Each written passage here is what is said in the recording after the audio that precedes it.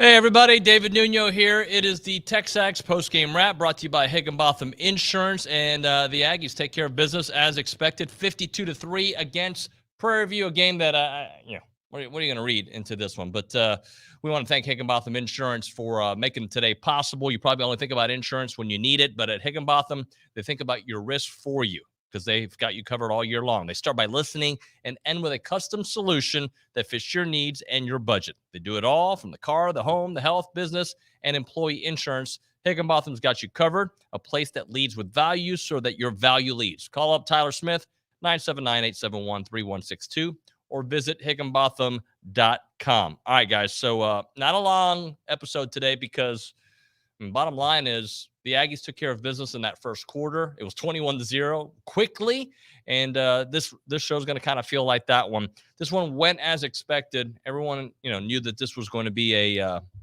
as OB called it, a glorified practice. No disrespect to Prairie View, but there's the talent here for A&M was at a different level. I was very happy to see that A&M was able to really get everybody some action out there, not messing around in this game. They established the run early. They had a dominant defense, which we even saw a score from that defense as they get ready for the LSU game. And I think one of the things that I really enjoyed, especially early on, was the fact that they clicked on all three phases of the game. Offensively, they did what they wanted to do. Not splashy on that first drive. A lot of running to Isaiah Spiller. Not splashy at all. Defensively, they got sacks, 4 in that first quarter. That was beautiful to watch. And they had that punt block as well. They had the defensive touchdown. They did it all in this one. So, and by the way, Dustin Harris, the former DB here from A&M, going to join us momentarily, get his thoughts here on the post-game wrap. So it should be a fun one. Let's get into that scoring, if you will. The Aggies get into it on a 5-minute drive that was all about Isaiah Spiller. He rushed the ball 7 times, 42 yards, an 11-yard touchdown, made it 7-0 Aggies. The next drive, it was all about A-Chain. He had 3 rushes, 17 yards, 14-0 Aggies. And as I mentioned earlier, that defense, Antonio Johnson, I put on the thread. He is a man out there. People have been talking about him the last few weeks as maybe being the best defensive player on this team moving ahead as DeMarvin and the gang start moving away. He had the big hit of the afternoon, sets up Aaron Hansford for the scoop and score, 21-0 Aggies. As I mentioned, 4 sacks there in that first quarter. In the second quarter, Jalen Preston, 29-yard reception, sets up a Seth Small field goal. 24-0 Aggies at that point. Then a Zach Calzada 33-yard touchdown to Moose Muhammad, 31-0. This is still in the second quarter. And Moose Muhammad, what a performance. We'll talk about him here shortly afterwards. Then right before the half, a 4th and 1, they go for it. A touchdown. Devon A-Chain makes it 38-0. Feeling very good about that number before the game. Start of the third quarter, it is about the backups, and Amari Daniels comes in, and he was in the backfield, and Calzada launches it, facing pressure. Moose Muhammad again, the 30-yard touchdown. He showed up today. It is 45-0 A&M. PV able to run the ball a little bit on that next drive. It's all right, though. 13 plays, 67 yards, 25-yard field goal, 45-3. Then it's the Boast with the most. Blake Boast getting into the game at quarterback with Amari Daniels there. 8-yard touchdown, puts them up 52-3. And just a wonderful performance by the Aggies, the kind of game that we expected. What can you read into this one? Well, they were able to run the ball well, able to play strong defense, did everything that they were supposed to do, which is what we wanted to see. A couple scary times. Caleb Chapman seemed like he got hurt early on. He also had Kenyon Green early on getting a little banged up, but nothing, I think, too significant. Get into that LSU game healthy and, with your mind right after all that happened last week there at Ole Miss. We'll take your comments there on wherever you're watching. If you're watching on YouTube, if you're watching on Twitter, if you are watching on Facebook, wherever it may be, or on TexAgs.com, I should say, we'll certainly get into some of those. But the initial reaction is none. There is no reaction. A&M did what they were supposed to do. They did it well, and it could have been way worse if they wanted to. They were able to run the ball, able to play smart defense, and very happy with that performance. With that, let's add Dustin Harris to the show. Dustin, how are you, my friend? I'm good, man. Just relaxing. Able to watch that awesome game. That's about it. After having a couple of tight games, well, Auburn wasn't necessarily tight because of the fourth quarter, but it felt tight for a little bit, and then the fourth quarter and the end of the third, they were able to pull away.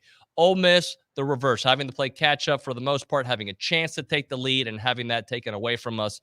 it was nice, at least from my perspective, to have a game. There were no worries before the game, during the game, after the game. Yeah, I mean, this game right here was a way for the guys to get confidence going into the LSU game.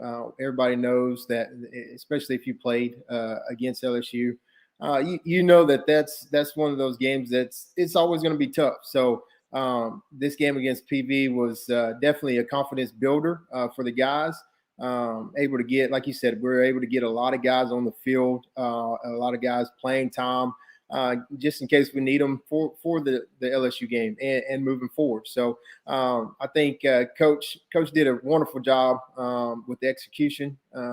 Running backs, Spiller, he's going to get his. So overall, just awesome game. We're able to see exactly what these guys have in their tank moving forward. That way, now we know the expectations, or they know the expectations, going into LSU. What can you take away, if you can take anything away, from taking on a team like Prairie View and being up so much so quickly with the starters and being able just to take guys out really quickly in this one? Can you take anything away from those guys? Because I know you can take away for the guys coming up next year. Yeah. No, it's just the takeaway would be, just knowing what you had to do to get to that point. Yes, there's really not much to say about this game against PV.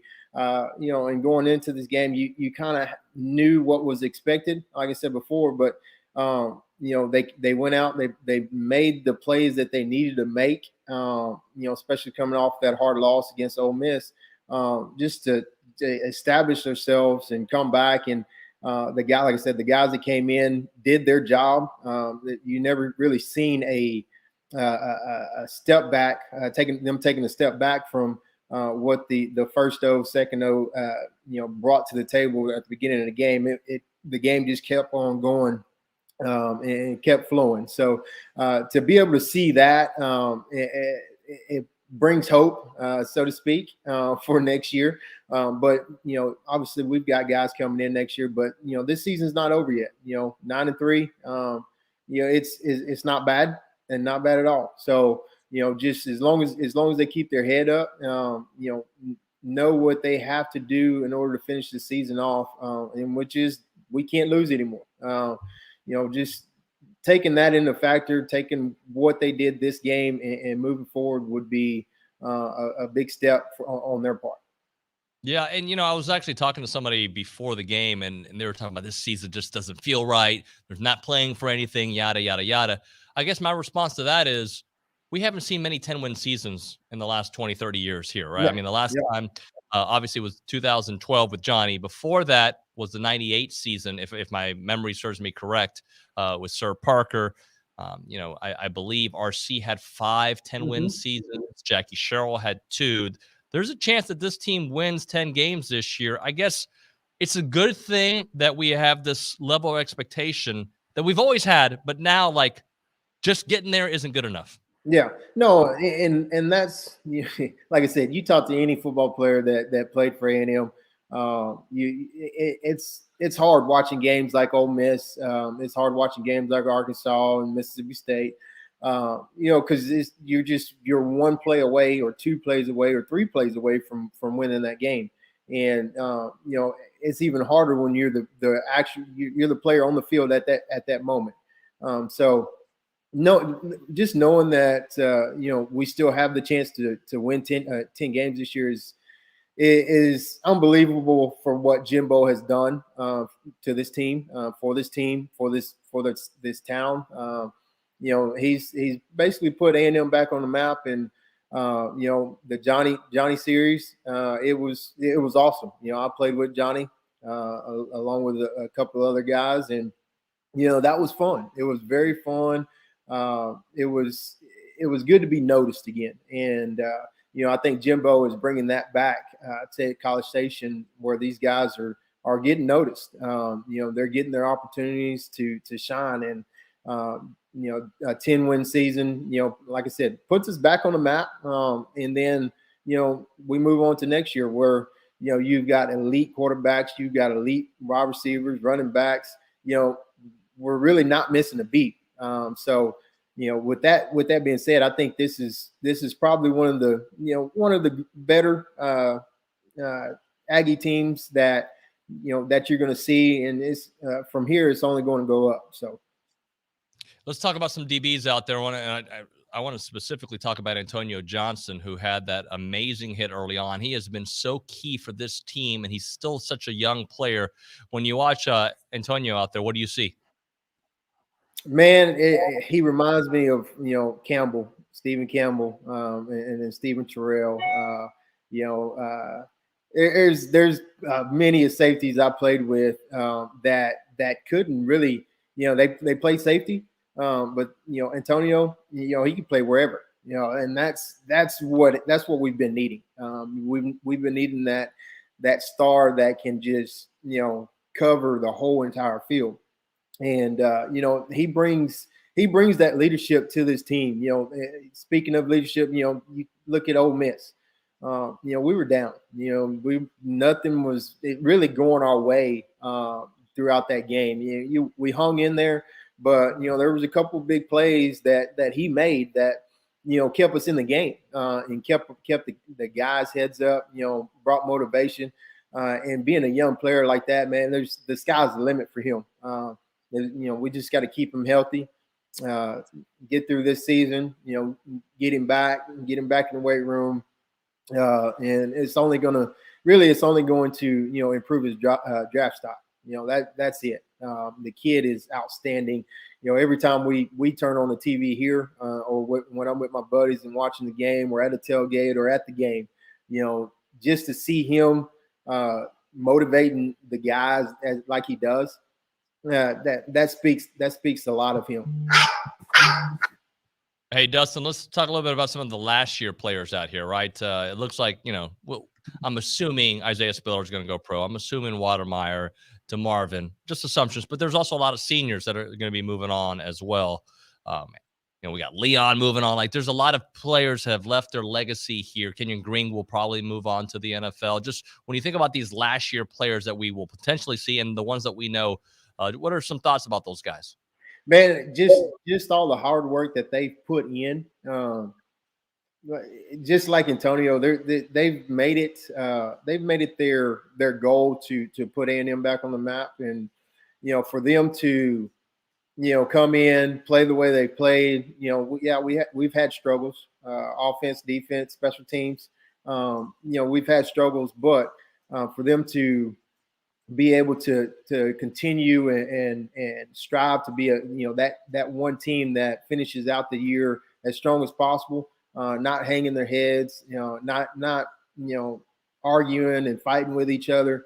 You see NBA teams and NFL teams fighting with each other because they're the game's not going the way they want. But these college kids, man, they know what's at stake, and they're like I said, they're only improving their draft stock. The better they get, the better they make their teammates. And these seniors, Watermeyer, man, it's going to be tough. I'm hoping he doesn't go, and Spiller as well. But these guys have done what they needed to do, and it's time for them to. I mean, if they make the choice and decision to go ahead and take on that draft stock, they've done what they needed to do. Would we like to see them back? Heck yeah. I bet every Aggie in America would love to see that. But they set the standards, and hopefully we moving forward we can just uphold those standards and move forward to being one of the Alabamas of the SEC or Georgias of the SEC. So I think we've got a shot moving forward to improve not only improve our draft stock for these upcoming freshmen coming in, but just improve overall as an elite college football team. All right, Dustin, last thing. Let's talk about LSU and how big that game is. I know LSU is down this year. They've got the athletes. It's very hard to play at Death Valley. A&M's looking for that first win. When you think about all the adversity they have faced this year, heading up there, which I think is going to be a tough environment for them, with the chance to get their 9th win, your thoughts heading into that crucial game that will make the season feel completely different, win or loss. Yeah, I mean, it's Death Valley, man. it's one of the toughest places to play.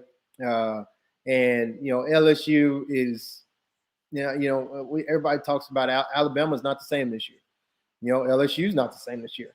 Georgia's the only one that stands out and has upheld their rankings this year. And going into LSU is just like would be just like going into Alabama or Auburn or Georgia. It's nothing to play around with. When you go in there, you're going to get hit in the mouth. You just got to take it and hit them right back. So, even though they're down, it's going to be a tough game. As long as we can keep the run, keep Spiller and A-Chain going, I think we'll be fine. But strap up the helmets because it is going to be a hard hitting game for sure. Dustin, we appreciate it, my friend. Thanks so much for joining us, and we'll get you again on here. All right. I appreciate it. Thank you, guys. All right, Dustin Harris there joining us here on the post-game wrap, brought to you by Higginbotham Insurance. As I mentioned, quick and easy, guys. That's what A&M did. They took care of business as expected, but the focus for them wasn't LSU. But, for us fans, media, getting ready for this one, it is all about LSU and what that game is going to mean. We're going to have all week to talk about it. Luchador, we're going to be doing that as well. The impact, the when you think about this season, look, I'm not saying a loss at LSU is going to make it a disastrous season, but a win puts things in a different kind of category. When you think about if they go to Death Valley, get that first victory, they beat Alabama here at Kyle Field for the first time. They beat Auburn here at Kyle Field for the first time. When you think about those milestones, doing that with Zach Calzada as your quarterback as Haynes goes down early, have your 9th win, a chance to go to maybe a New Year's Day bowl and get your 10th win. When you put about all that into perspective and also think about how this team has been close for many, many years, and this year, close again, not where we want it to be, but the feeling is going to be different with a 10-win season, considering we have not seen that very much. Last year, you can consider it a 10-win year, but it was a 10-game season with 1 loss, right? And you got to go back to Johnny's year there in 2012. Then before that, the 98 year where they won the Big 12 against Kansas State. It's been a long time. Get this 9th win and hopefully a 10th win there at the bowl season, wherever they're going to be playing. All right, that's going to do it for the TexAgs post-game wrap, brought to you by Higginbotham Insurance.